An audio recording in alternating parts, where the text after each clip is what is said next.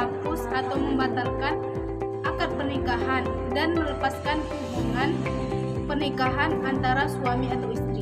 Sedangkan menurut Kamus Besar Bahasa Indonesia, fasakh adalah hak pembatalan ikatan pernikahan oleh pengadilan agama berdasarkan dakwaan suami atau istri, atau karena pernikahan yang terlanjur menyalahi hukum pernikahan. Sedangkan secara terminologi, fasakh ialah perceraian yang disebabkan oleh timbulnya hal-hal yang dianggap berat oleh suami atau istri atau keduanya, sehingga mereka tidak sanggup untuk melaksanakan kehidupan suami istri dalam mencapai tujuan. Sedangkan menurut ahli fikih, yaitu menurut Imam Asy-Syafi'i, pemutusan hubungan pernikahan atau fasakh adalah semua pemutusan ikatan suami istri yang tidak disertai dengan talak, baik talak 1, talak 2 maupun 3. Sedangkan menurut fuqaha dari kalangan Hanafiyah tidak membedakan antara cerai dengan talak dan cerai dengan fasakh. Mereka berkata, semua perceraian yang datang dari pihak suami dan tidak datang dari perempuan, maka perceraian dinamakan talak, dan semua perceraian yang asalnya dari pihak perempuan maka disebut dengan fasakh.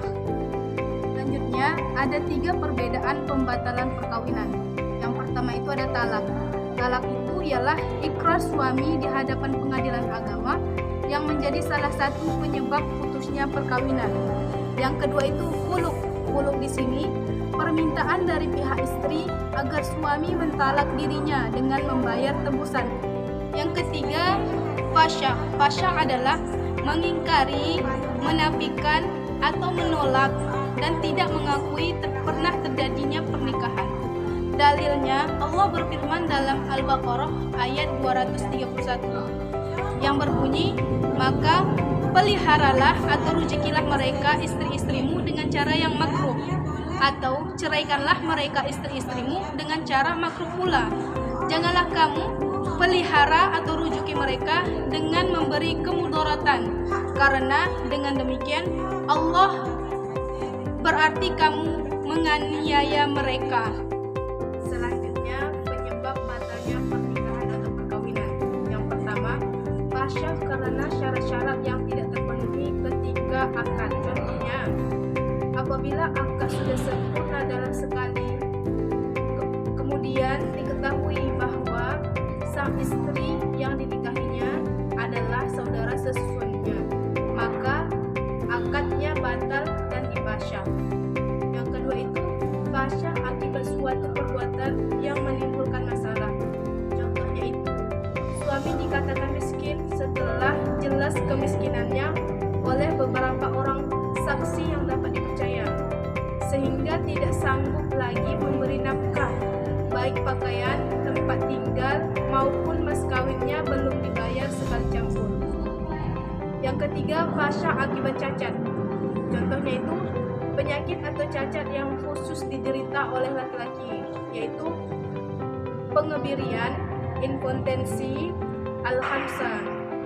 Selanjutnya itu penyakit atau cacat yang khusus diderita oleh wanita. Contohnya itu rotak, al-qarn, akfal, ibtok, dan istihadah.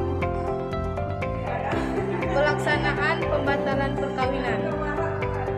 Peraturan Pemerintahan Nomor 9 Tahun 1975 tentang pelaksanaannya, Undang-Undang Nomor 1 Tahun 1974 Pasal 37 yang berbunyi, batalnya suatu perkawinan hanya dapat dilakukan oleh pengadilan dengan pengajuan dari pihak terkait.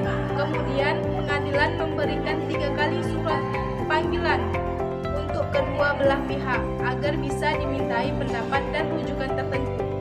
Kesimpulannya, hikmah diperbolehkannya melakukan fasakh dalam agama diharapkan agar memperbaiki kemaslahatan dalam rumah tangga, sehingga akan lebih bijak jika